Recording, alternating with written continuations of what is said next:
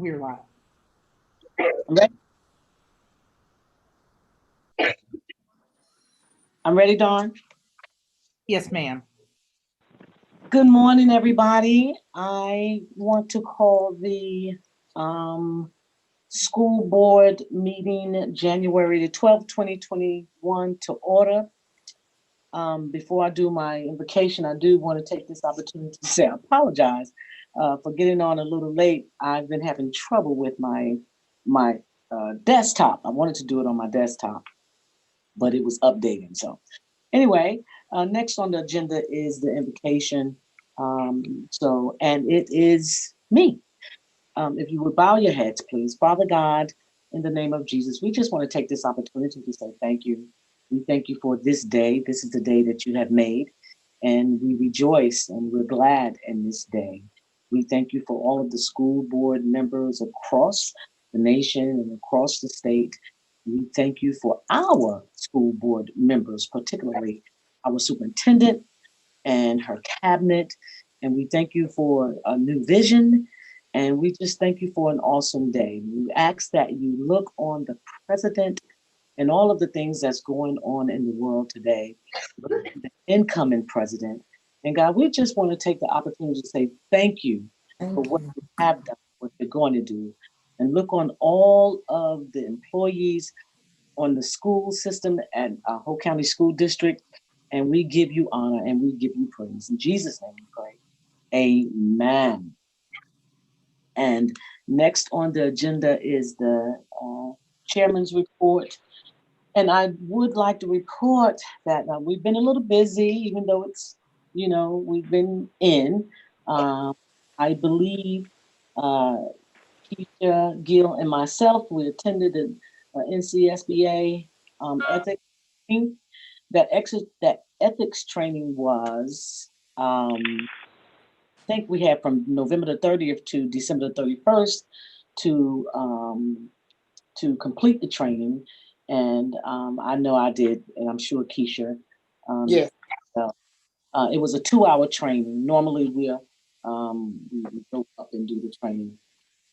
And on Thursday, January the 7th, 2021, some delegates from around North Carolina State, and of course, us being included, and I think it was Barbara, I know Miss Pickett and myself, was invited to attend the North Carolina School Board Association 2021 Legislative Agenda meeting.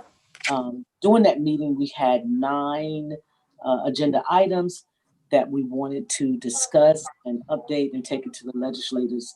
And so that meeting was about 3.5 hours, but we got it done. And so and that was on January the 7th. I do have a card here that I do want to read. It is from the clerk of court, Miss Evelyn McLeod, and it's a thank you card. And the card reads, Hope County elected ladies, thank you so very much for your love, your encouragement, and your prayers, and your generosity. And your generosity was overwhelming. Thank you so much. Love you, ladies. Evelyn McLeod and McLeod family.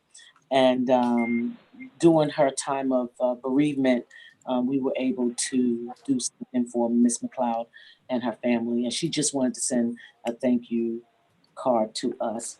Is Jody Bryant on the call? Yes, ma'am. Okay. So I'm sure the board members have gotten an email from Jody letting us know that she has decided to resign. She's too young to retire. So she decided to resign, and her reason is so awesome. She want to be a full-time stay-at-home mom, and I certainly understand her reasoning, but I just want to tell you, Jody, and I'm going to open it up to the other board members. I just want to let you know that you will certainly be missed. We love you. You're a part of our family. And you know, you've just been there with us through the thick and the thin, and you will truly be missed. I do know you have twins, and that probably requires a lot of attention at this time. I think they're in the first grade this year, so I am sure, you know, with all the things that's going on in the world, the pandemic, and you have to probably on Plan B, and oh God, it's just so many things that you know, have to do right now as a mother. So I applaud you. I thank you for your 10 years, I believe it has been, and you're going to be missed. Now, I'm going to open it up to see if any other board members would like to say anything. Well, I would say I'm Keisha. Jody, I don't really know you. I'm a newcomer, but I would say blessings upon you. I know about the twins, taking care of your children, because I have twins myself, but they're grown. But I want to say to you, God's blessings upon you, and wish you well. I would like to say, Jody, and I responded to you last week when I got that news and told you, you know, I said, and I want to hear that you were leaving because you are really a part of our team. And when a member of our team leaves, it does something to the heart. So I do appreciate all that you have done for the Hope County School. You've been very dedicated and committed to our school. And we have definitely appreciated all the services that you have given to us. And I personally thank you for how you have helped me, because I've gone to you many times when I needed some help, specific. So thank you so much. I wish you the best in life as you move forward for whatever goals that you may have in life. I wish you the best. And I just want you to know that you were appreciated. Thank you so much for what you have done for the Hope County Schools.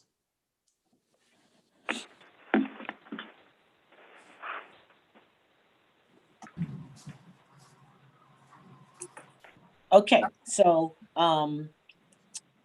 Della, Barbara, do you have anything to say? Yes, I would like to say something. Okay. Thank you, Jody, for all the things you did for me. It was always nice talking to you, letting about the twins. Since I'm a twin, I hope your twins turn out to be like me and my twin is, because we are the best friends ever. We have never argued. We had never fought. We just love each other. And if your twins turn out to be that way, and you're going home to help them to be loving sisters, everything will be okay. And I want to thank you for all the things you've done for me in the Hope County school system. You were a blessing. You always be a blessing. You always make me look good on pictures. I don't know how you did it, but I thank you. I appreciate you. Anyway, God bless you. You'll do adventure at staying home with the sweet babies.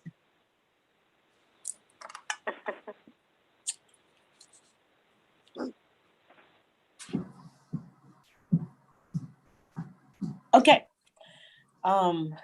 Thank you so much, you all, for those wonderful words. Jody, I'm certainly gonna miss you, because you are in journalism, and you were an English major, and so grammatically getting my stuff together, you certainly have. You know, I appreciate that. Next on the agenda is approval of the agenda. Can I get a motion, please? Madam Chair. Madam Chair, I moved it.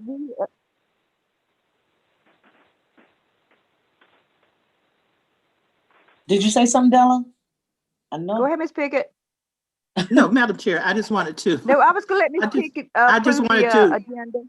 No, Okay. Madam Chair, before we approve the agenda of, in addition to the report that you have just given, Okay. I just want to say one thing. Sure. Congratulations to our new superintendent. I'm sorry that I wasn't there you know, at the Oh. swearing in that they had back in December. But I'm so Yes. thankful that for her and that she has gotten off to a new start. And I've heard so many great things. And the publication that she submitted to the new journal last week was very, very interesting, very proud of you. I've heard a lot of positive responses from that. Some parents said, you know, she gave her mission. She said her mission statement was in there, and she told us what she was going to do for the school system. And really, you really made a great impact on many of the parents that read that article. So thank you so much, and we are so glad that to have you aboard, and to have your cabinet working with you. We are still a team. We're still a great team. So Yeah. I just Yeah. wanted you to know. Still Thank moving you. forward. Miss Pickett, thank you for pointing that out. I have not seen the The Rayford article? Journal. So yeah, I haven't seen the Rayford Journal. Okay. So It's thank you so outstanding. much. And I know Yes. that Miss Ellen McNeil did tell me to pick one up. Now she did tell me too. And I told her that I would. She didn't tell me why. She just told me to pick one up. And so that was my fault. So we said, but thank you. Yeah, we believe in you, in Deb. Thank you so much. Yes, you do. Thank you. All right. So I need approval of the agenda. What is the pleasure of the board? Madam Chair, I make a motion that we approve the agenda that we have before us this for the first month, 12th day, 2021. Second. It's been moved and seconded to approve the agenda. What is the pleasure of the board? Can I get an aye? Aye. Aye. Yeah, aye. Madam Apologize. Chair, Yes. Madam Chair, this is Carolyn Murkison. I ask that all motions in our virtual meetings be done through roll call, if that's all right, so I can make a clear accounting for the record. I do apologize. I was getting ready to do that. Thank you so much, Carolyn. I thought about you and I was getting ready to do that. Ms. Pickett, Aye. Della, Aye. Keisha, Aye. Barbara,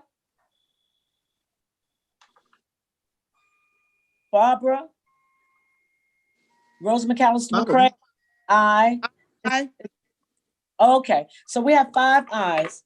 The approval of the agenda was approved. Next on the agenda is spotlight on success. Thank you, Madam Chair and members. We do have 4 items for Spotlight on Success this morning. Our first item is actually the recognition of our school board for School Board Appreciation Month. So please join me in recognizing our amazing school board members and thanking them for their service to our district and community. What a beautiful picture. That's a great picture. Our school board members exemplify unconditional support for public education and sound decision-making in the best interest of our children, staff, and community. You influence every facet of our school system. You dedicate countless hours and an immeasurable amount of energy to assure the best education possible for all of our children in Hope County. So I'd like to thank you, and on behalf of our cabinet, thank you for your continued commitment and your dedication. I appreciate your Thank vision, you. your advocacy, and all of your hard work. So we do appreciate you. And you get the whole month of January to celebrate. There's a lot of goodies here that some of the principals and schools have delivered for you. So when you get a chance, you can come pick those up. And I would like to open it up to any cabinet members who might like to say a few comments. Yes, good morning, board. Hope you're doing well this morning. Hey, Roger. Good You know, morning. Good morning. Yes, I appreciate that. You know, I think that one of the most impressive things about this board, and I know it's going to continue that way because Ms. Gill has got off to a good start, is when a board and the superintendent have a very positive and proactive relationship. There's many, many wonderful things could be done, and the evidence is here that that's going to continue. Thank you for the opportunity to serve. Thank Thank you. you. Thank you, Raja. Good morning. I don't know if they can hear me. Good morning. Good morning. Good morning. Shannon. Good, good. I do want to say,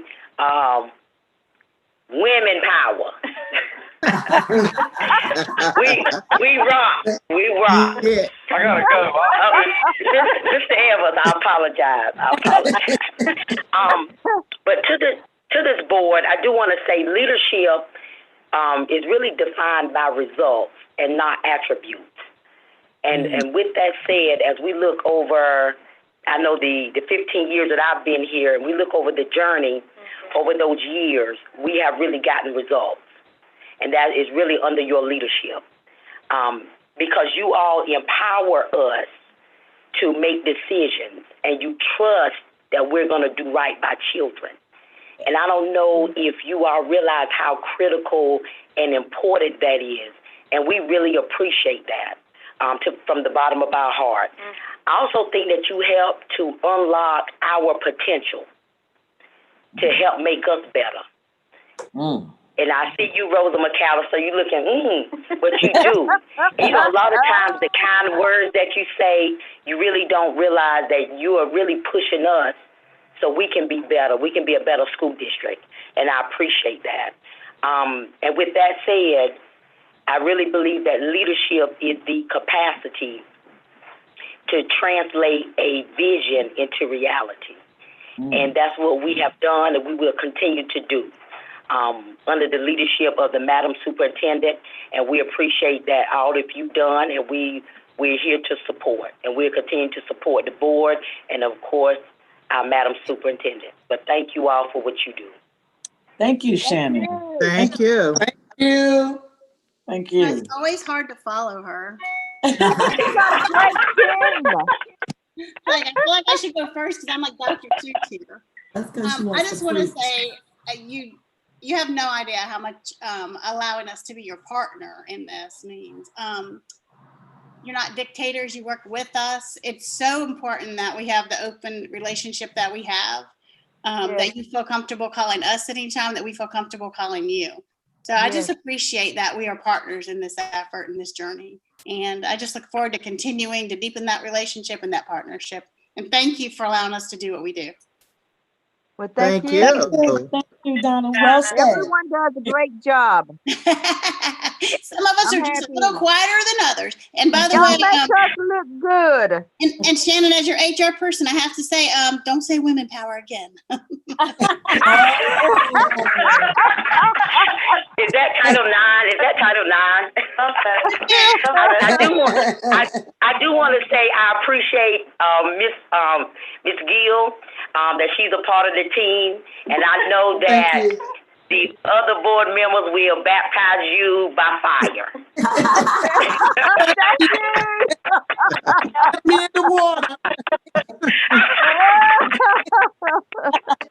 We appreciate that. We need all the help we can get. And any other cabinet members? I do. I just want to say a quick, just, noting how supportive that our board is and that you all truly, truly work together. Just keeping all of our stakeholders in mind as you make those decisions. And sometimes they're difficult decisions, but you're thinking about the work that we're doing and that you're supporting that work. And so we really do appreciate you, and we really appreciate your ability to be this united entity that works together and helps us to make good, solid decisions for all of our stakeholders here in Hope County. So again, we appreciate all that you do and just how approachable you are in helping us to reach our goals. So thank you. Thank you. Thank you. Thank you. I thank God for all y'all. Thank you. We do appreciate your support.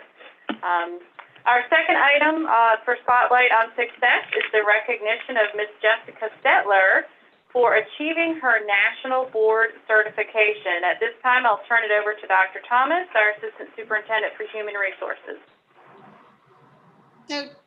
So talking about things to be thankful for, if we look at National Board certification, that's some of our most prestigious teachers. they go through a very rigorous process to get this certification. Only 3% of teachers nationally have this certification, only 18% in North Carolina. So I'm going to let Ms. Tawana McNeil, she heads up that process in our district. She's going to talk to us a minute and then introduce Ms. Stetler. Okay, thank you. Good morning. Good morning. Good morning. Congratulations to our school board for your awesome work in the district, as well as to our new superintendent, Dr. Dallas. I would like to recognize you guys as well as your cabinet, and as well as letting you know that to become national board certified, it is a national program that was put together to actually retain, recognize, and to improve instruction in the classroom. It allows our teachers to actually analyze and to dig deep into their instruction and into their practices in the classroom, and to look at those practices and see how effective they are, and to see what else they can do in order to encourage or to implement strategies in the classroom that's going to improve instruction. National Board Certified teachers have a window span of about 1 to 3 years in order to complete the process. The process is contained, or it actually includes 4 components that the teachers have to complete in order to be certified. One of those components is actually they have to take an assessment. The other 3 components is where they're uploading their lesson plans, videos, analyzing their lesson plans, and analyzing their videos to actually look at their teaching in the classroom and to see how effective that teaching is. So it actually allows them to dig deep into what they're doing in the classroom and to see how effective it is and to see what they can do to make it just that more effective, because the ultimate goal is to make sure that we are providing improvement in the schools and that our students are successful at the end of the day. So on this morning, it is a great honor and a pleasure to present to you Ms. Jessica Stetler, who is a 3rd grade teacher here at McLaughlin Elementary School. Ms. Stetler has been in the system or has been teaching for 5 years, and she sounds like she's excited about what she does on a daily basis. So again, here to present, and hopefully you can see it, this award to Ms. Stetler. And the award says, presented to Jessica Stetler, congratulations on achieving National Board Certification, presented by the Hope County Board of Education, January 12th, 2021. Congratulations, Ms. Stetler. Thank you so much. Congratulations. Jessica, can you tell us a little bit about your journey doing this? And I have to tell you guys, you know, for us, a lot of us watched Jessica come in as a brand new teacher, so we feel like proud parents because we got to watch her grow up and now look at this huge achievement. Jessica, we are so proud of you. Thank you so much. Yes, we are. Thank you so much. I just want to say really thank you to everybody in Hope County, the school board, administration, both at the school level and higher up. As Dr. Thomas said, I have only been in Hope County, this is my 5th year, and I've been here since my 1st year. So it's been wonderful, and I've had amazing opportunities here to kind of grow and keep pushing myself. And that's kind of what encouraged me to do this. And I always tell my students, don't stop until you're proud, because they always want to ask, am I finished? Here's my work. Am I done? But I always tell them, don't stop until you're proud. And one of the best ways that I feel like I can really instill that into them is by modeling it. And so for me, this was a way to push myself to become a better teacher and learn more about myself, which then would in turn help my students grow even more. Hey. And she's an amazing teacher. Good job, you want to say anything? I think he's on. Mr. Reniger, are you on? Myself? Hey. Hey. Yeah, I'm excited to to congratulate Jessica to being the building administrator at McLaughlin. I can definitely say she is a leader in our building, and yes, she embeds model for her students, but she's also a model teacher. She goes above and beyond in everything that she does. Even as strenuous and as difficult getting National Board Certified is, and we know that a lot of teachers don't do it because of that. But she even became one of our digital classroom, one of our model digital classrooms in the process. So she has, she goes above and beyond. And If there's truly a natural born teacher, it's definitely Jessica. She cares about her students. She cares about the school, and she will go. She will do whatever is asked of her. So I can definitely say that she is one of the model teachers at my school, and I definitely learned from her also, because I know that she is continually striving to improve upon herself. And even though I've only been at McLaughlin, this is only my second year, I am definitely very proud of her. And I know that she will go on to continue to achieve a lot of future accomplishments also. Oh, I'm sure. Dr. Dallas? I want to just congratulate you, because I am one of those lucky people that had the chance to see you come into Hope County as a year one teacher, and had 5 years to work with you and watch you grow. And I've always enjoyed coming into your classroom to see what you're doing. Students are always so engaged, and I think what makes you so successful is you're always open to feedback. You want ideas, you want to collaborate, you want to grow.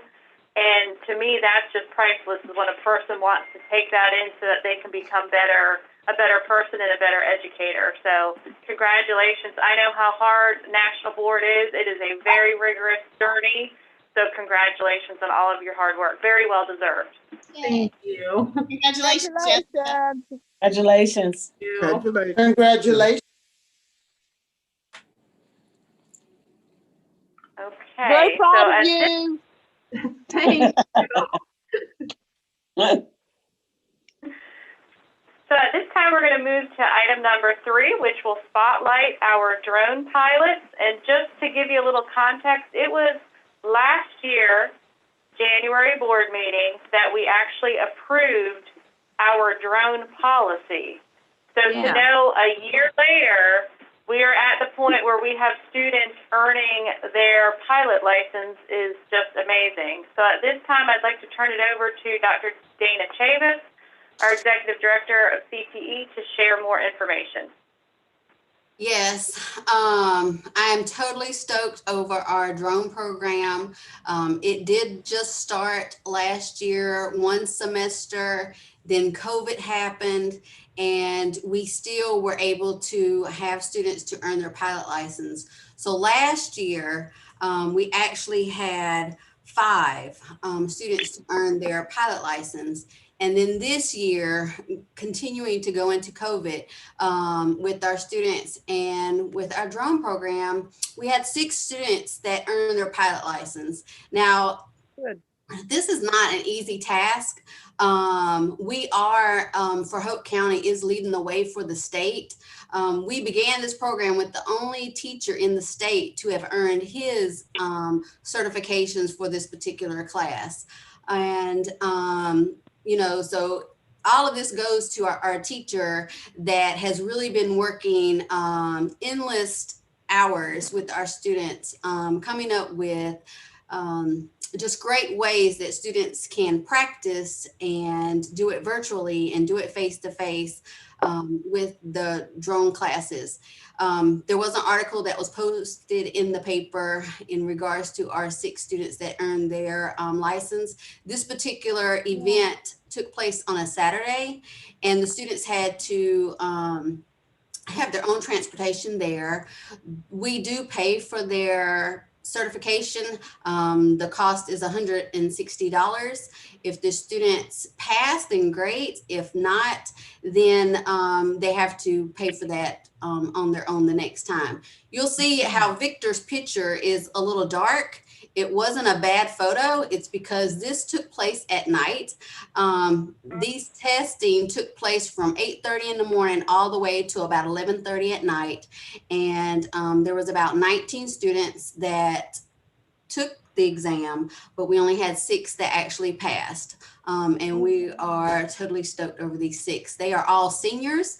Xander at the bottom right is a junior. I did look into seeing if any of them had started work as of yet, or even the ones from last year. And could not find any information in regards to that. But as we know, these students are in high school. So of course, you know, we don't want them to go to work immediately until they graduate. I did look into employment opportunities for them. And their income could be anywhere from $40,000 to $120,000 with this certification that they've earned through Hope County Schools. So a big thank you to you allowing us to venture into this particular program. It was a lot of work getting this to started, you know, purchasing the drones and making sure that they weren't toy drones, that they were the actual drones that they would use in the industry. We will start, or we have started, the Drone 2 program already. It is a pilot program, but these students will, you have to earn your first credential in order to go into Drone 2 class, but they'll earn an additional credential there. But, you know, these students are learning a lot and are well past what they would need to be employed to be a pilot and to fly drones. So we appreciate you. Dana, can I ask you a question? Sure. So for Drone 2 class, is it going to be the same instructor? Because I know we have one. Really? Okay. It is the same instructor. Same instructor? Okay. So why do they look like airplanes behind them? So where they take their pilot license, their drone pilot license is at the Cape Fear Aviation Training Center, which is in Grace Creek. And so they learn to fly airplanes. So these students that are flying these drones, it's the same information that they learn to fly airplanes. Right. Fantastic. So that is right. So they have to learn all the airway policies and procedures of flying in the air. So what a pilot learns to do on an airplane, our students are learning that. Okay. Madam Chair. Madam Chair. Yes, Ms. Pickett. Yes, May I ask her a question? Yes, Ms. Pickett. Okay. Dr. Chavis. Yes, ma'am. Do you have any females in the class? We do. And we actually had, let me see, who was my female last year? Brianna earned her pilot license last school year.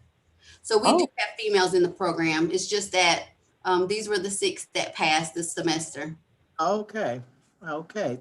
Thank you. Yes, ma'am. I won't say women's power though. Maybe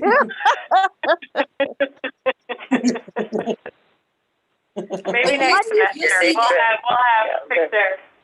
That they're in their gear as well. So you'll see on they get stripes. So when they earn their credentials, you know, they have their white shirts and they have their stripes on their shoulders. So when they earn their license, then they get the bars on their badges. And, you know, it just makes them really proud to be in the program, and it makes them proud to wear that. And so they become, it's like a club. So okay.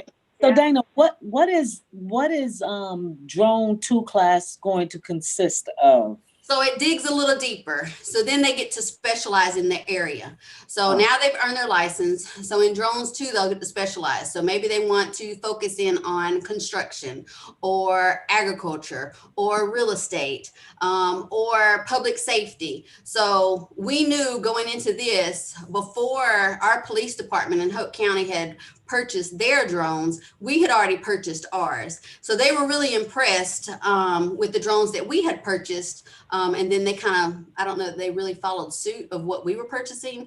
But now they have someone trained in their police department to fly drones. But it's really nice to know that in Hope County, we have about 11 students that have earned their pilot license that can pretty much write their own paycheck. You know, Amazon is hiring because now they're going to be dropping off packages with drones. Yeah. You know, the real estate, just endless. Yeah, Crumpler, I think chief, he's not a chief, but Ray Crumpler is the one who conducts or flies the drone for the police department. He brought it out to the Kiwanis meeting, and you should have been there that day. I'm sorry. And it was really cool. It was really cool, but he wouldn't let me fly it. Yeah. You have to have your license. Yes. Tina, why do you think more of the students didn't pass? What was the problem? It's hard. It's an extremely hard exam.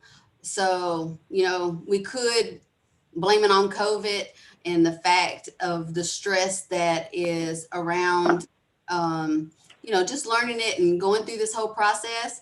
But it's just a really, really difficult examination.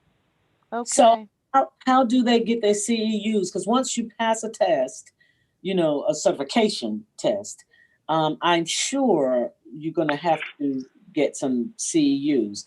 Will that other class, Drone 2, help with that? Or So this is not a college class. This is a high school Department of Public Instruction class. So they don't earn CEUs for this. They earn they earn a high school credit for it, but their certification will be added to Power School. For whatever reason, it doesn't print out on their transcript, but it will be in Power School under awards. So when students earn their certifications, it's entered into Power School so that there's a record there. So they can still be certified like 10 years from now and just had that class? Yes, ma'am. Okay. And when I was looking at the employment in Raleigh, the exact same certification that they've earned, the drones that they are using in this particular class is what they're asking for in the industry. And, working for a particular company called Precision Hawk, where we ordered some of our equipment from, that salary starts off at $92,000, and that's in Raleigh. Oh, wow. Thank you. That's awesome. Madam Chair. Yes, Barbara. Madam Chair. Yes, Barbara. May I ask Dr. Chavis a question? Yes, and it's good to see you. Good to be here. I've been here the whole while. Dr. Chavis. Yes, ma'am. Is this test primarily theory or is it practical? It's both. So of course, they're going to learn the information in the class, but then they have to do it. So, one of the times that I visited the class, Mr. Malabunga actually could just, give me some verbal responses on how to fly the drone. However, there's so much that you have to learn, especially about airspace. It's mind-blowing that our young people can actually learn this information in high school about, it's the same thing as flying an airplane, but all of the air traffic control that they have to learn locally and, even in the Fayetteville area before they fly a drone. It's unbelievable. Thank you. Good job. Yes, amazing accomplishment. Think about that was just a year ago. So major accomplishment. Thank you, Dr. Chavis, for your work with the program. We appreciate it. Yes, thank you. Yes. Yes. Okay, we'll move on to item number 4, which is our bulletin board artwork display, which is by East Hope Middle School. And it just talks about being yourself. So we appreciate them displaying that for us. So this time, Madam Chair and members, that concludes our Spotlight on Success for this morning. Thank you, Dr. Dallas. Next on the agenda is our consent agenda. I need an approval. What is the pleasure of the board? Madam Chair, I move that we approve the consent agenda for today. Madam Chair, I second. I have a motion to approve the consent agenda and a second. Right.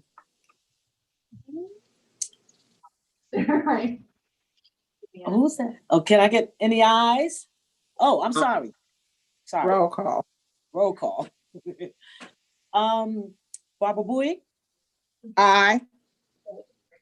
Delamena, Aye. Keisha Gill, Aye. Iris Pickett, Aye. and Rose McAllister, aye. There are 5 ayes and no nays. The agenda has been approved. The consent agenda has been approved. Next on the agenda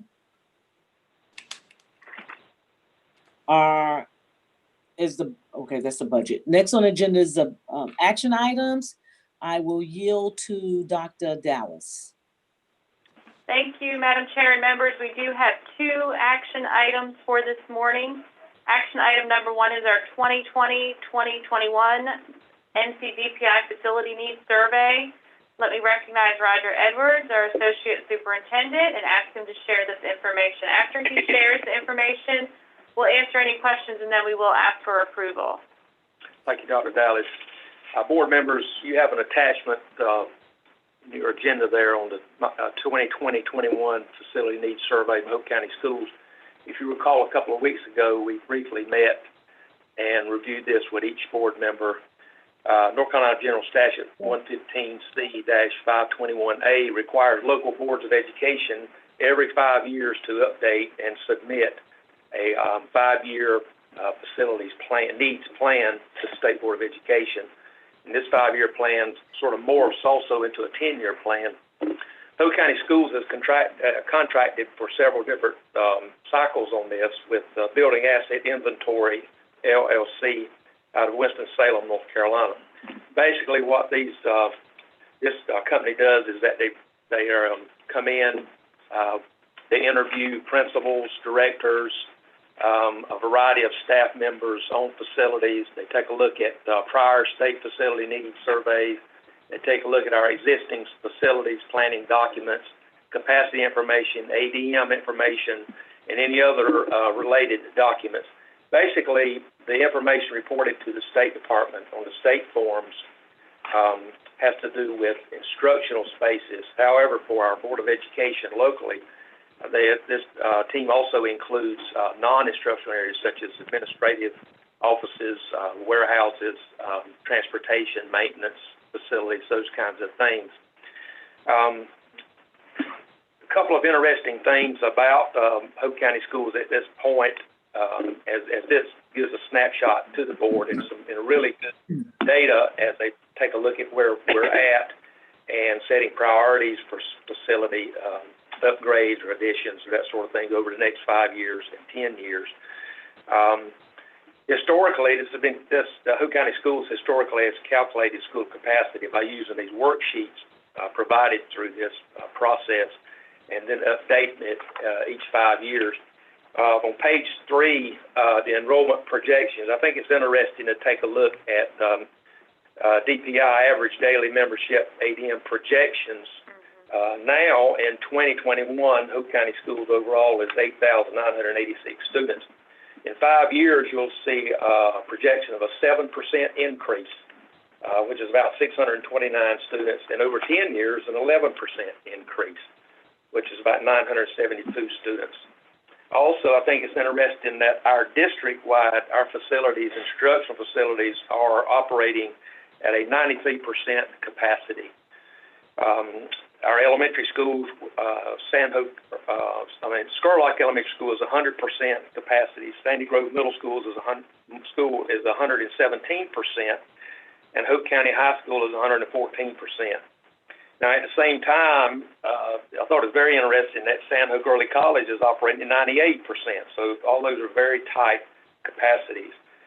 We have 4 elementary schools that are all above 94%. So I think this is very good information for the board as we take a look where we're headed. On page 4, average age of facilities in Hope County school facilities is 46.3 years, with a mean average of 60. That ranges from your oldest school at 85 years to your youngest school at Sandy Grove Middle. The rest of this information just gives you some idea about plumbing, HVAC, building codes, safety, site improvements, athletic facilities, furniture, equipment over years 1 through 5 on page 7, and then years 6 through 10. Any questions about this survey, how it was done, why it was done? Thank you, ma'am. Okay. Thank you. As there are no further questions at this time, I'll be asking the Board of Education for approval of the 2020-2021 NCDPI Facility Needs Survey. You heard the recommendation of the superintendent. What is the pleasure of the board? Madam Chair, Yes. I move that we accept the recommendation of the superintendent. I second it. It has been moved and seconded to approve the, hold on. Approve the Hope County Schools 2020-2021 North Carolina DPI Facility Needs Survey. All in favor, Barbara Boyd, Aye. Delamena, Aye. Keisha Gill, Aye. Iris Pickett, Aye. Rose McAllister McCray, aye. There are no nays. This facility survey has been approved. Next on the agenda, Deborah. Thank you, Madam Chair and members. Action item number 2 is the Families First Coronavirus Response Act voluntary extension. Let me recognize Dr. Donna Thomas, our Assistant Superintendent for Human Resources, and ask her to share this information. After she shares this information, we will answer any questions and then ask for your approval.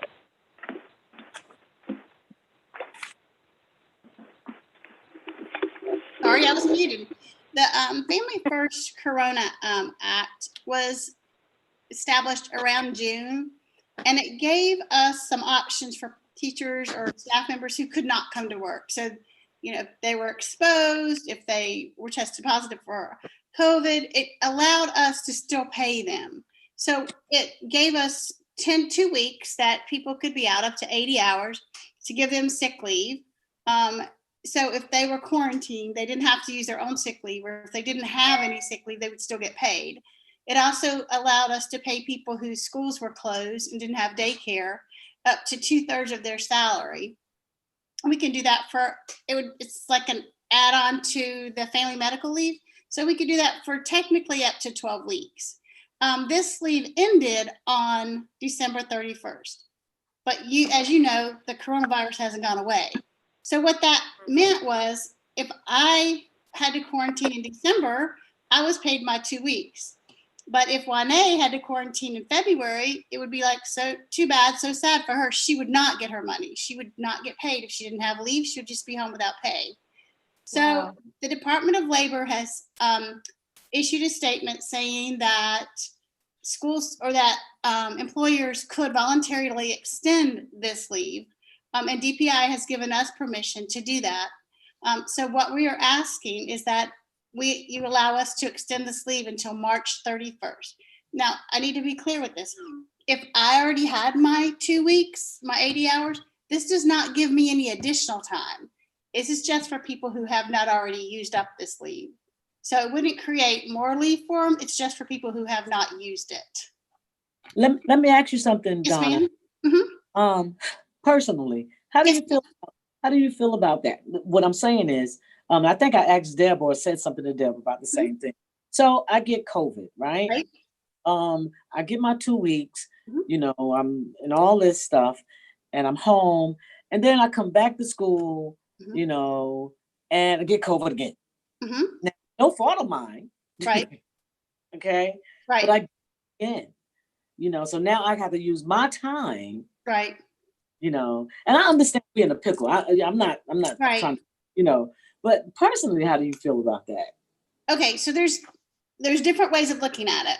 We can look at it as if, what if it were the flu?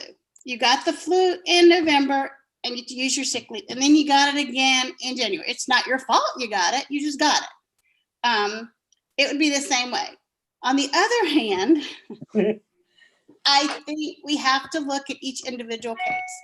And I don't, we're trying to work through that, with this Right. leave, it doesn't, we've had an employee who has had to quarantine 4 times because of decisions that he made. Not, those are the kinds of things where, like you Right, did okay. this. We have to look at that. On the other hand, if you quarantined in December and then I have to quarantine in February, how do I say, well, Rosa got paid, but you don't get to get paid? Right. And also we have to look at, was the exposure at work? Because if you were exposed at work, that's definitely not your fault. Yeah, my scenario was at work. Right. Yeah, we're having to look at that. There is a policy that's been in the manual for a long time, a state manual that we have not ever used. It was pre-pandemic, called the contagious disease policy. We are now taking a look at that to see where that even falls into all this. There have been a lot of conversations on my human capital meetings that I have with the state. I know Juane's had them with the finance committee. And now I think they're going to allow us to use that. The problem is we have to see what parameters are in place for that, because that could be endless, because unfortunately we do have people who are trying to abuse it. So we have to look at that as well. Yeah. So we're looking for a solution to that, Ms. McAllister. But it's like, it's just hard. It's hard. It's hard. I just wanted to know you. Yeah, you never want to see anybody without a check, but you also want to educate people to make good decisions. Decisions, right. Stay home. Right. Yeah. Thank you. Appreciate it. Good question. Are there any other questions? So at this time, Madam Chair and members, I'm asking for approval to extend the Families First Coronavirus Response Act leave to all Hope County Schools employees through March 31st, 2021. You've heard the recommendation of the superintendent. What is the pleasure of the board? Madam Chair, Yes.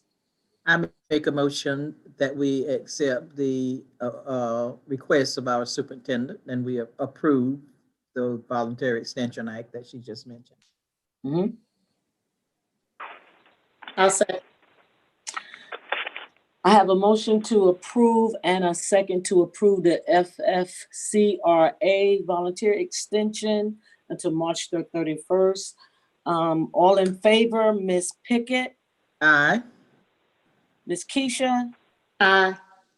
Ms. Barbara, Aye. Ms. Della, Aye. and Rosa McAllister McCray. All aye, all ayes, no nays. This extension has been approved. Thank you so very much. Thank you so much. Thank you, Madam Chair and members. That concludes our action items for this morning. Thank you so much, Madam Superintendent. Next on the agenda is administration items. I will use the superintendent. Thank you, Madam Chairman and members. We have 4 informational items this morning. Information item A is our cross-program monitoring report. I'm going to ask Dr. Shannon Register, our Assistant Superintendent of Secondary C&I, and Ms. Shannon Sutherland, our ESL and Special Projects Coordinator, to speak to that, please. Good morning again. Morning. Good morning. We do have a PowerPoint. Yeah, I'm getting a little hoarse. You gonna pull it up? Yeah, that's the link. You do have a PowerPoint that we're gonna pull up, and you would have had that for your review. You also have 3 handouts.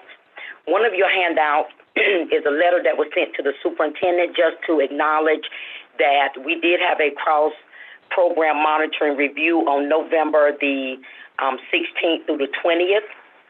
And just to mention that they will be getting a report to us. And so what I'm going over now will be our final report. Also in a second handout, you do have the overall final report that was given. And then also a third handout is the Title I parent and family engagement policy for Hope County Schools. Okay. So pull up the file. Can we see? Can you see that? Yeah, can you see the, can you No. pull up your final, report, and can you pull up the Pull up the file, yeah. PowerPoint? I got it. Mine's not coming up. Okay. Got I mine. can, but it's not coming up. Mine not coming up. Pull up the PDF that has the final report, the different sections. This one? No. No, it's next one. Okay. But then Okay. we're gonna pull up. Yeah, we'll just pull up the final report, because what we did, we pulled information from the final report for the PowerPoint presentation. So within on the first slide, and it's also in the PowerPoint, it's also on the final report. That first sheet lets you know there are 3 ratings from DPI. The first rating is that we will meet the requirement, or we meet the requirement with recommendations. And then the third rating will be a finding. On the second slide, on the second slide, as well as in your final report, it explains that there are 42 elements that DPI will be looking for during their monitoring visits. And so you have a list of those 42. Within those 42 elements, we have one recommendation, which was element number 1, and we'll talk about that. And then we had a finding for element 10. And then you can see those some of the elements that were not applicable as well, out of the 42. So what I do want to highlight would be our recommendation, which goes to element 1. That's the development, evaluation, and review of the district policy, parent and family engagement policy. Here, that's why we wanted to give you the policy. What we do every year, we do send out the policy, but the finding was that they really wanted us to ensure that parents participate in the evaluation and giving us feedback on the policy. So then some of the actions that we have taken or will take based off of that recommendation in the spring of the 2021, this semester, schools will include questions on their Title I survey that pertain to the parent and family engagement policy. So through this survey, we will receive feedback from parents. Also, we will send out a form to parents to evaluate and provide feedback on our policy. So we're going to do that this semester based off of that recommendation. Are there any questions when it comes to the recommendation? Yes, Shannon. Yes, How ma'am. you gonna do the engagement? How are you gonna get them to do the survey?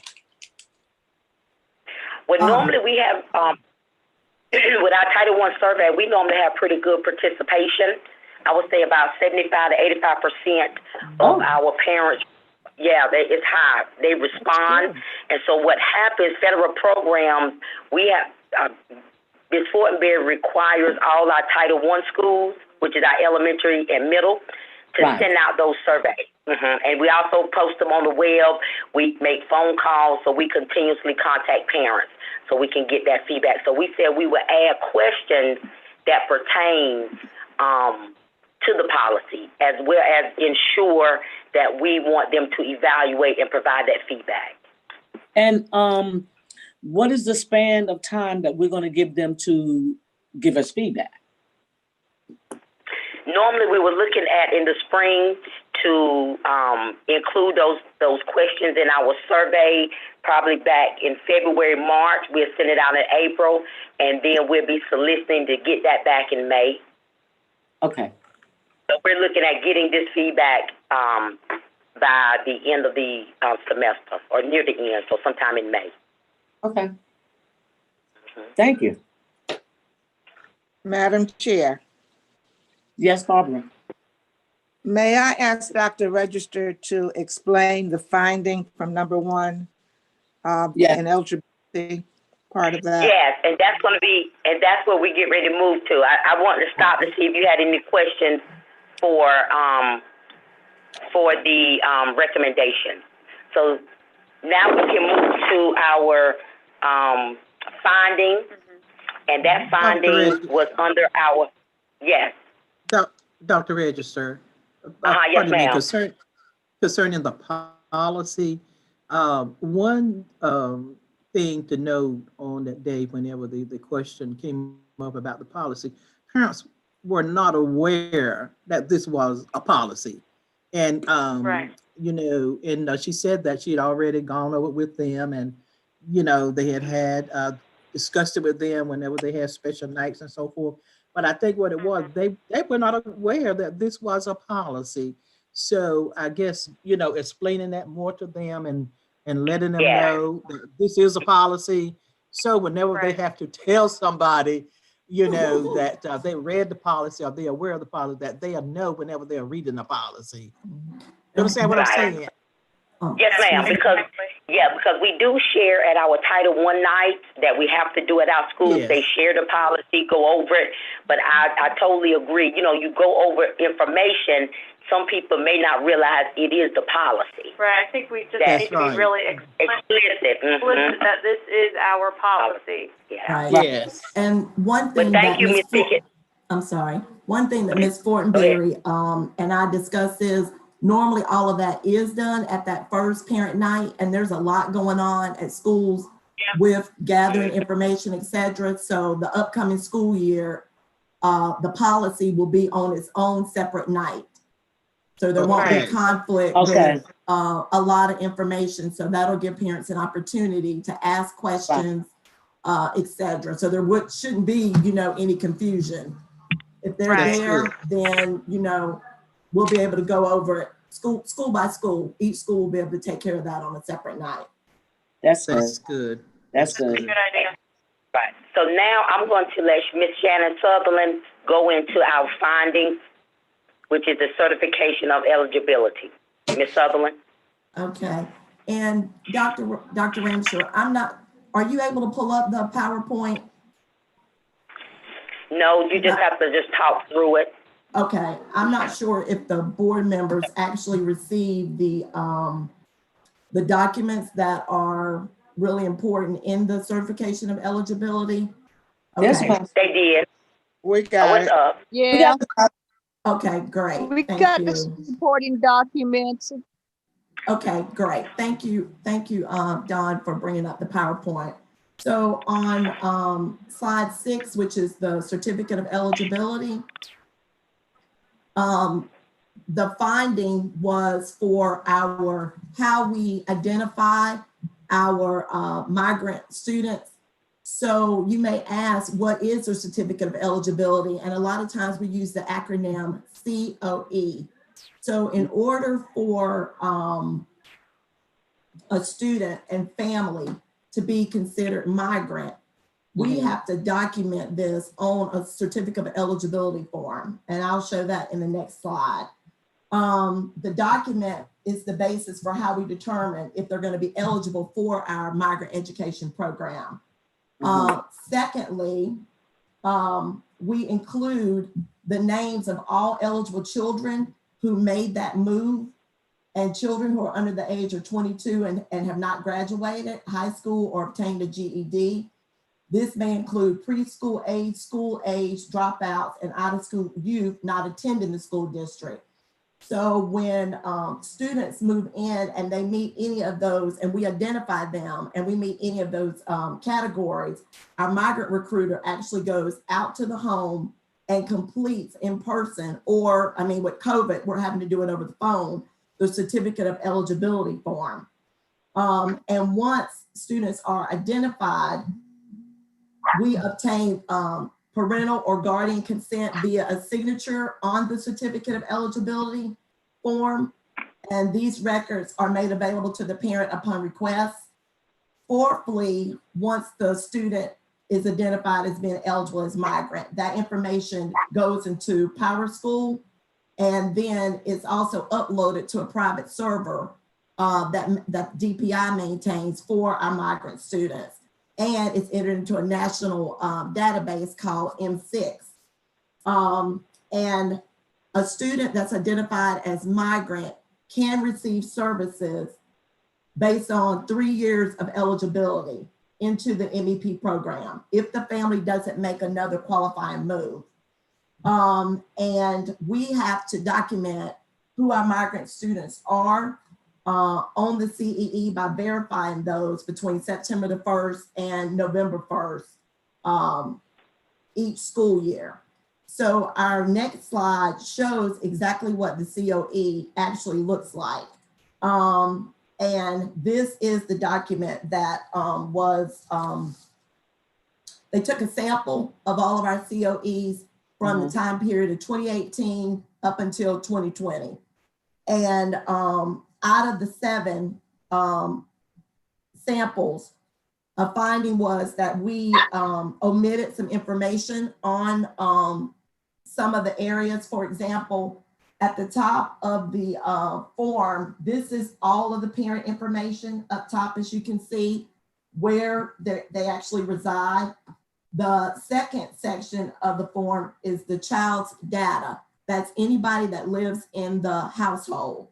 And included in that, we have to list any surnames of the mother, the birth age of any of the children in the household, as well as the grade. So 3 out of the 7, the grade level was omitted, okay? The latter part, the third part, is the qualifying move for work. So qualifying moves for work include if a student is a migratory worker and moved for economic reasons and is working in a seasonal or farming facility or farm. Their parents also are considered qualifying workers if they have to move the family out of economic necessity. So this information on that bottom left-hand corner is what is filled in at the time of the interview. So the location of where the qualifying worker actually works, there were two things that were admitted, because a lot of times when you first interview them, they may be seeking temporary employment, and then later you find out they've actually secured long-standing employment. So that was the other finding. And then also, if we just forget or overlook to check something on the form, and then there's a section on part 4 on comments, we have to actually provide a comment. So it may seem, really small things. We have to make sure that as reviewers, we go back and we double check the COEs for every single student. And one other thing that we did, we've already brought everything up to compliance. That next slide, as of December the 18th, we cleared the finding and we are in compliance. So one thing that we did as a staff is, because we have a new recruiter and the time frame was 2018 to 2019. So we've had 2 different migrant recruiters, as well as I'm new in this role as well. But we did a refresher training on identifying and recruiting our migrant students, which addresses the COEs in particular. And then also we went through as a staff and looked at not only the sample that DPI chose, but others. And all of the findings of the 7, all of those have been corrected and uploaded to DPI's server. Okay. Does anybody have any questions on COEs? I do. So how are we now getting the signatures? Are they electronic? Actually, we're able to write a comment that says that due to COVID-19, a signature wasn't obtained, you know, by the parent. And social distancing protocols.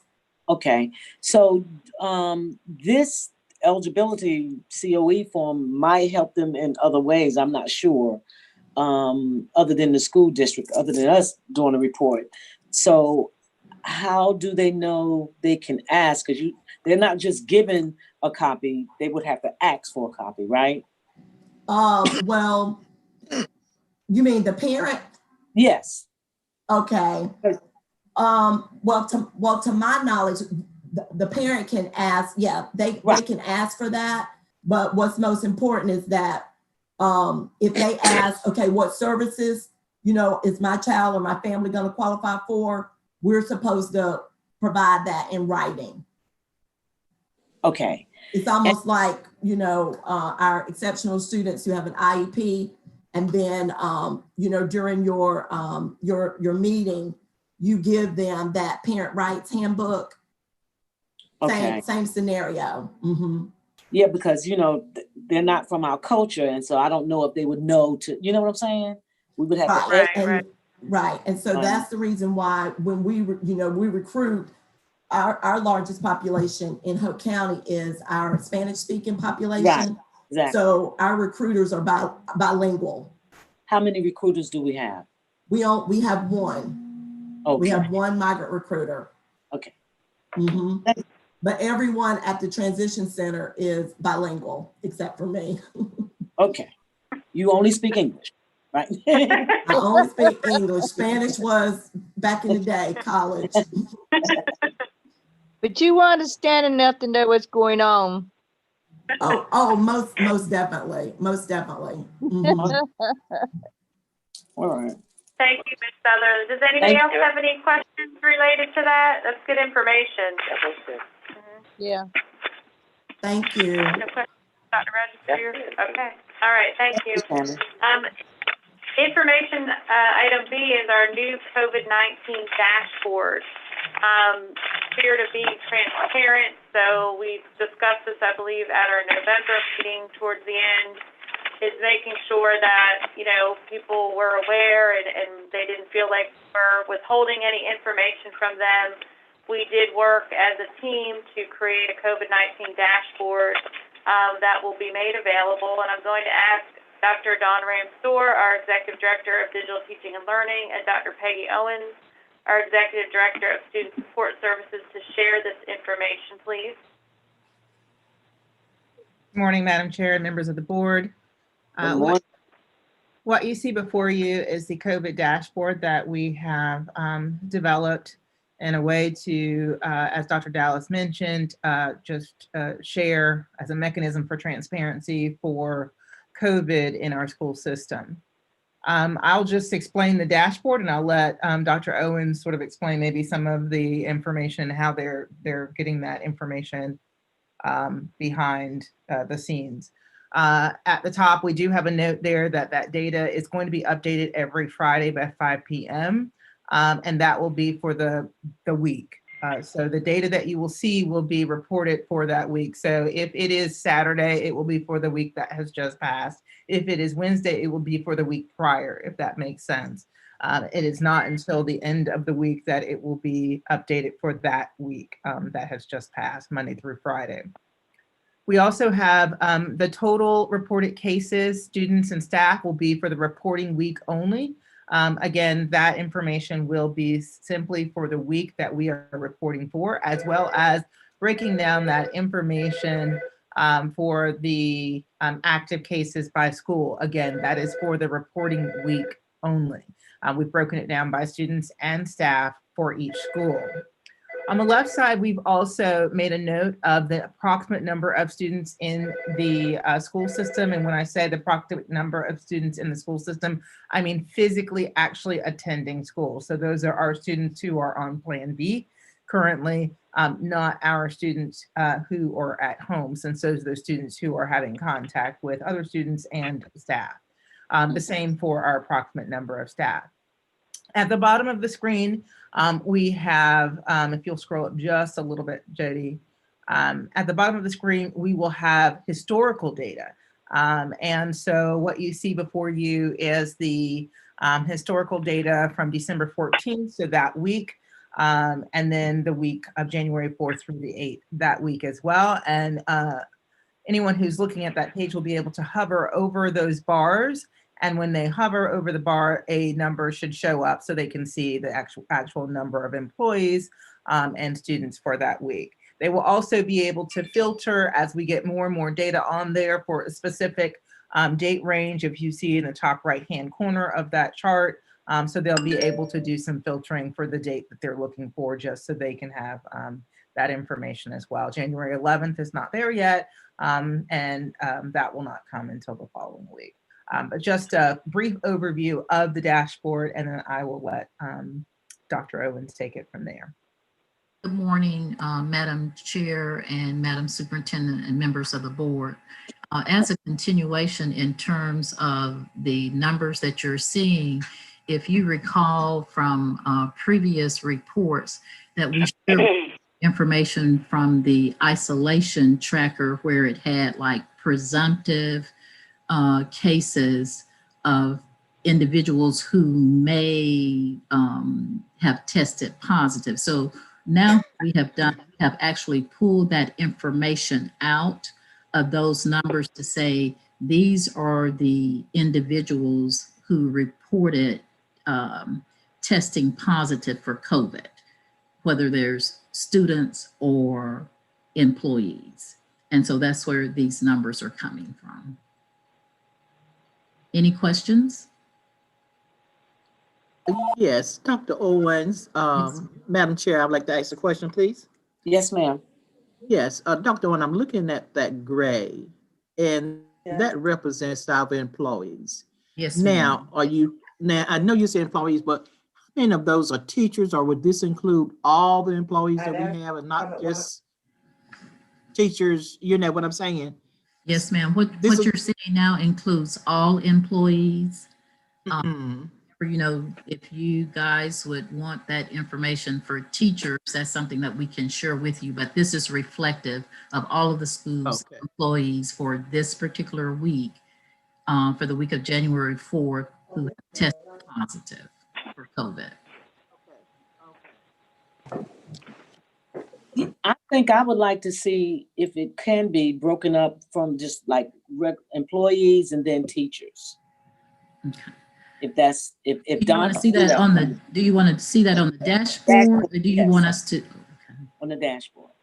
Well, what would be best? What would be the best? I think when we say employees too, I think we just have to be mindful. So if we're looking at a smaller school and we take out that teacher group and we have now employees, I think we just have to be mindful of how small that group is, so that we don't ever want it to be identifiable. We still want to protect people's confidentiality.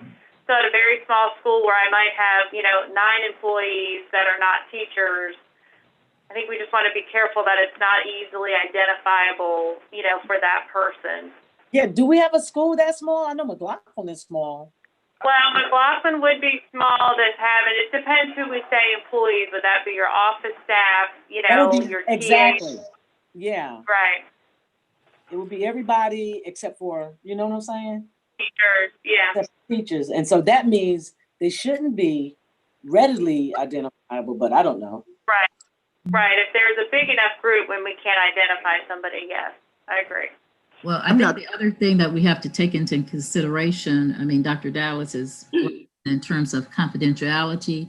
And, HIPAA is one thing, with COVID, when people actually reveal to you that they have COVID, if I were to tell you, Madam Chair, that I have COVID, then, that's Peggy Owens saying that to Madam Chair versus, I'm not breaking any HIPAA law. But then if Dr. Thomas,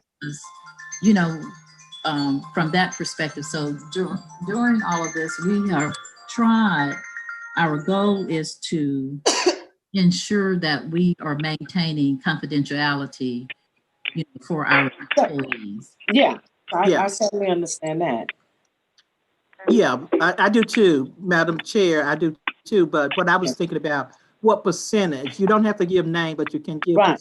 Right. How many teachers are we talking about? Because, you know, in some counties, you know, you have at least 30% of the teachers are out now with COVID. And that's what I'm saying. How many teachers? We can break it down. Yes, not, you know, not names, you know, nice for No. names. Teachers. I just think it Yes. would make decisions, especially if we got to reach out and get, unless they, you know, and get what teachers, not TAs, but substitutes or whatever, unless they are healthy enough, you know, but who wants to be sick at home and still, you know, teach on Zoom or whatever? Ms. Well, McAllister, may I say something? Yes.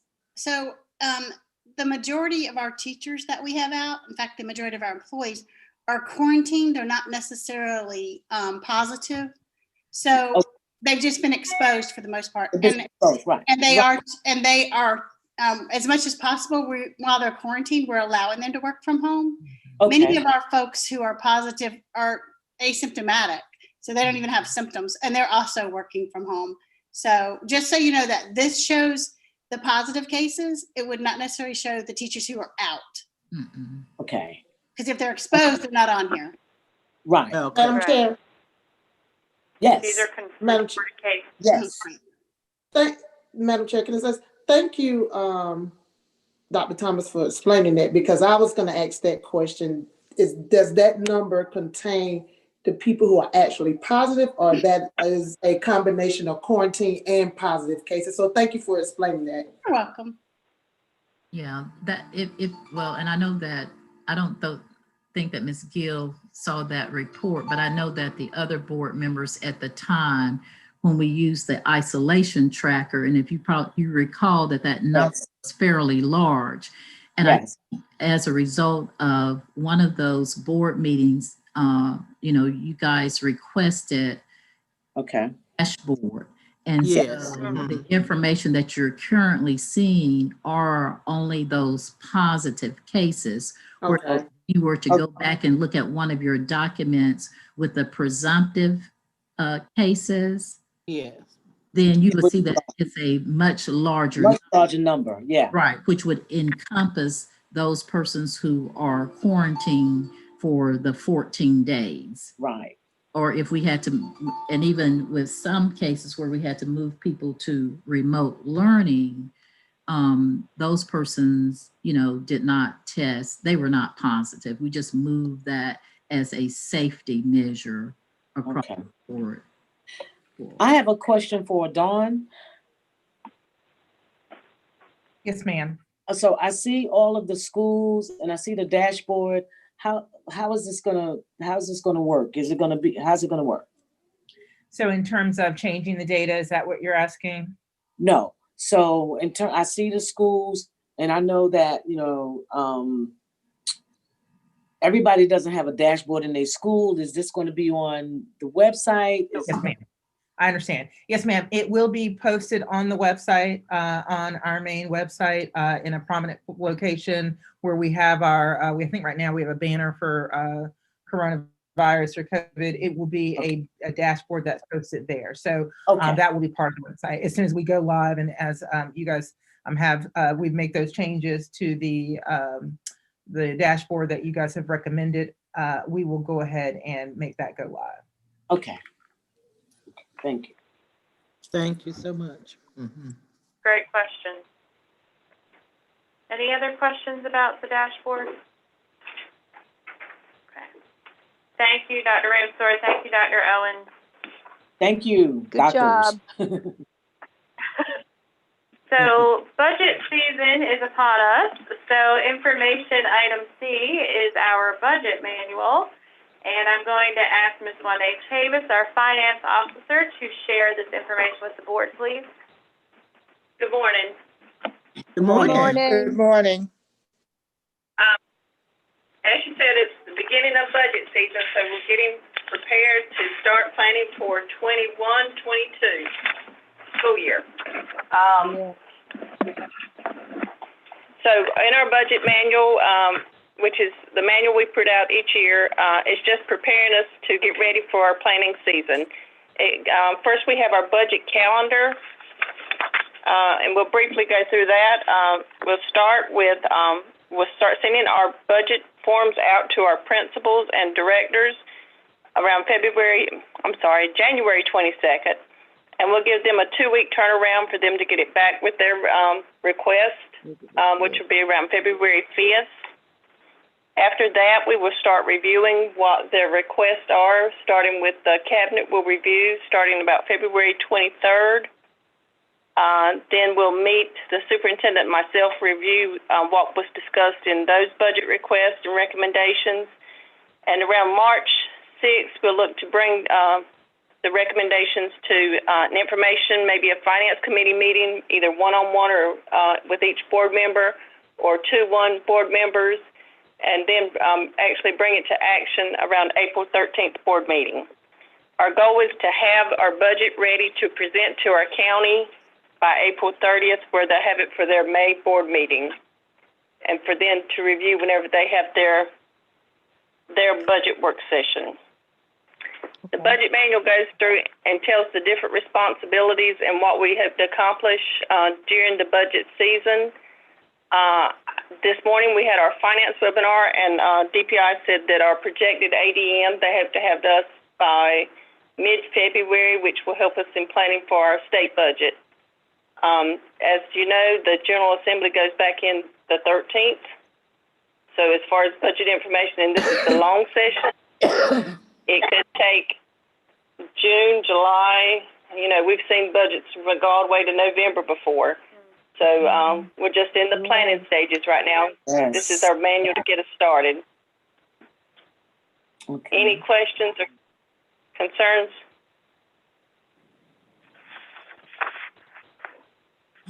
Okay, if not, we will move on to information item D, which is our monthly financial report. And if you have any questions regarding that, you can direct those to Ms. Juan H. Avis.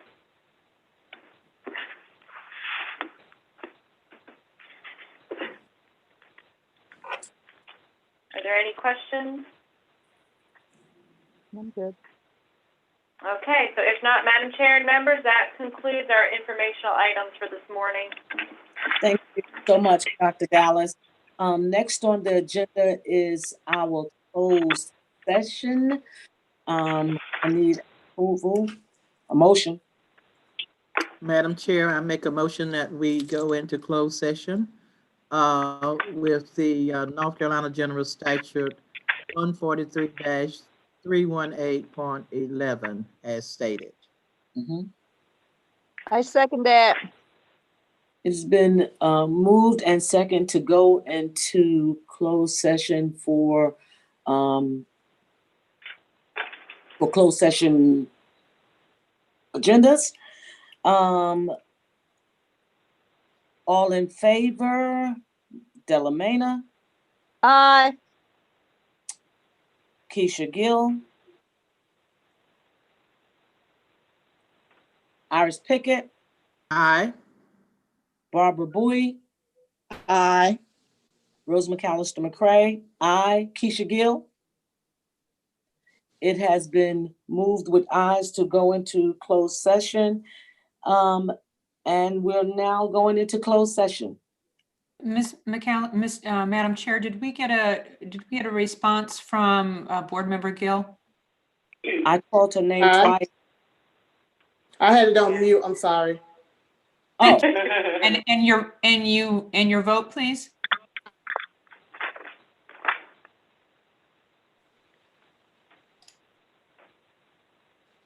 Ms. Gill, can you indicate whether you were a yay or a nay? Yeah, I'm in. Thank you. Thank you. Thank you, Ms. Murphy. We're in closed session. Okay, I'll move you at this time.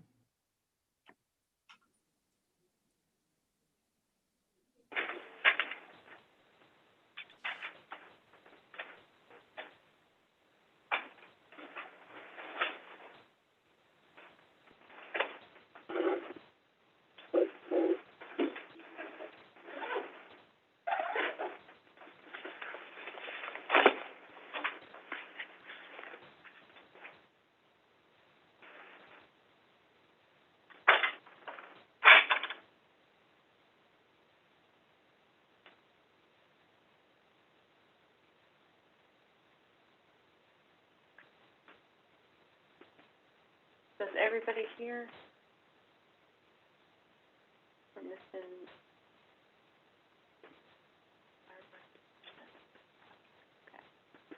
Okay. Thank you, Madam Dr. Chair and Gallus, if members. you'll wait just one moment. Okay.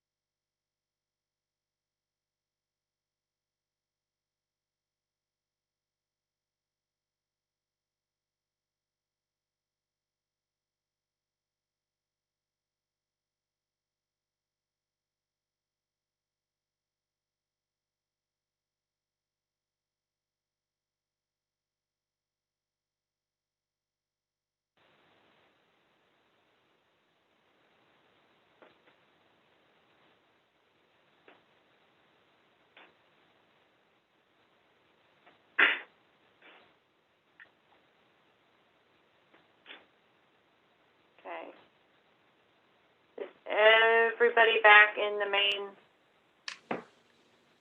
room? Okay. Yes, I am. Okay. Yes. Della, are you there? I'm not sure if I see Della, but I don't. Della, can you hear us?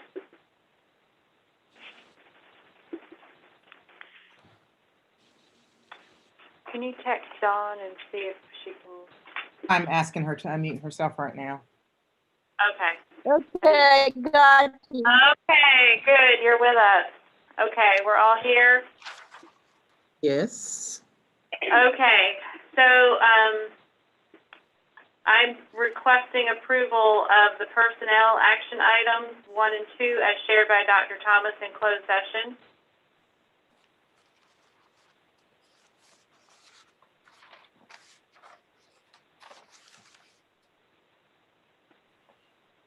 Do we have a motion? I was waiting on Rosa. Where's our chair? Where's our chair? Yeah. I'm sorry, I was muted. I said it. Oh, okay. We didn't hear you. I don't know. It must automatically be muted or something when you go back into. I think maybe when we move into the other room, it might mute itself. Yeah. Because I thought, okay, you've heard the recommendation of the superintendent. What is the pleasure of the board? Madam Chair, I make a motion that we approve action items 1 and 2 as requested by our superintendent. Second. It has been moved and seconded to approve action items 1 and 2 in closed session as recommended by the superintendent. All in favor, Barbara Bowie? Aye. Iris Pickett? Aye. Della Mena? Aye. Keisha Gill? Aye. Rosemary Callis McCray? Aye. All ayes and no nays. Action items 1 and 2 have been approved. Thank you.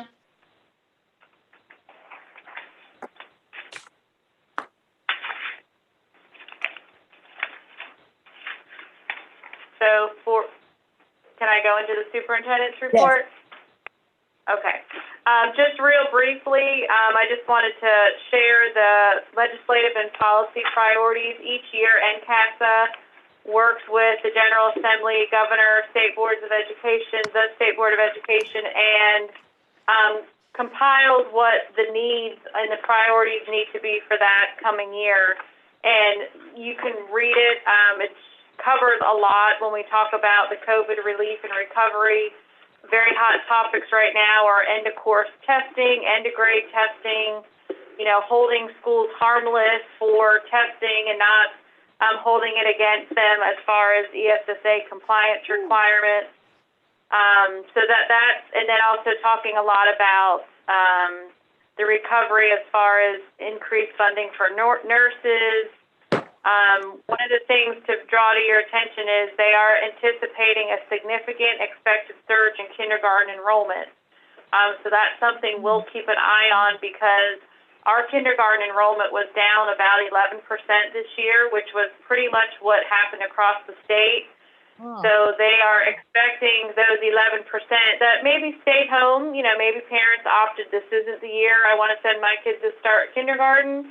And so now we're expecting 11% more of what we usually have, which could create some class size challenges for us.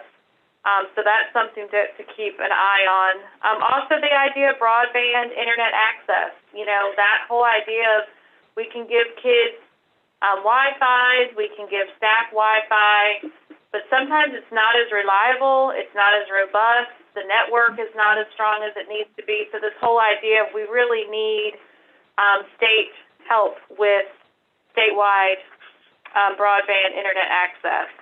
The next section just talks about the effective measurement of school and student success. I think for every year, probably the last 5 years, this whole school performance grading system always comes up about 20% growth, 80% proficient just is not a really fair and equitable model for schools. We should be graded more or valued more about growth than where our kids are, where they come in at. So that's kind of an old conversation, but it's not yet been rectified, so it continues to stay there as a priority. Number 3, Once again, probably a very similar conversation as last year about paying teachers, educators what they deserve, reinstating retiree health coverage for school employees who begin work after the 1st, principal pay. So those are kind of topics that have been with us since last year. If you go to section 4 that talks about adequate and equitable resources, the biggest thing there, they're all important, but if you look down towards the bottom, they're now starting to really address the decades-old Leandro lawsuit. So they've actually listed investing state resources and enhanced support for critical for students to succeed. And that's going to fall under that West Ed report that the state put out related to the Leandro case and what needed to be put in place to be able to provide a sound basic education for all students. And then on the last page is just talking about efficient operations and safe learning environments. So once again, talking about structures, facilities, also making sure that central office allotments stay in place, school mental health, psychologists, all of that is listed in there. So a very good document that once again every year they put forward, so I just wanted you to have that. And then the second item is just a reminder of our conference, the NSBA conference. It is virtual this year.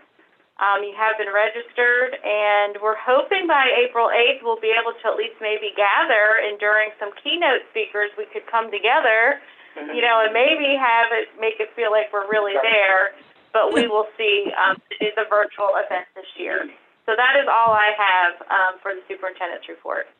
Deb, did they say anything? Yes, ma'am. Anything about your master's degree teachers?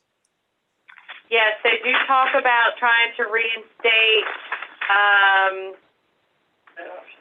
It is in there, and Okay. Yeah, they do talk about that, recognizing that, making sure that they're paid for those advanced degrees. Okay. Yeah. And that's an old conversation too, right? That's, we've been talking about that a couple of years, and they just still can't get that going. Yeah. Okay, so that is all I have. Okay. I need a motion. Carolyn, do you have anything else, Ms. Murphy? I do not. Richardson? Our next meeting, our next meeting date. What is our next meeting date? Our next meeting date is, hold on. February 9th. Thank you. February 9th. And it's gonna be held via Zoom. Zoom. Ms. Pickett, yeah, it's February 9th. Okay. At 10 a.m.? At 10 a.m., okay. 10 a.m. Okay. Yeah. I need a motion to adjourn. I'll move. Second. It's been moved and second to adjourn. All in favor? Ms. Pickett? Aye. Ms. Barbara Bowie? Aye. Ms. Keisha Gill? Aye. Ms. Delamena? Aye. Rose McAllister McCray? Aye. We have all ayes and no nays. We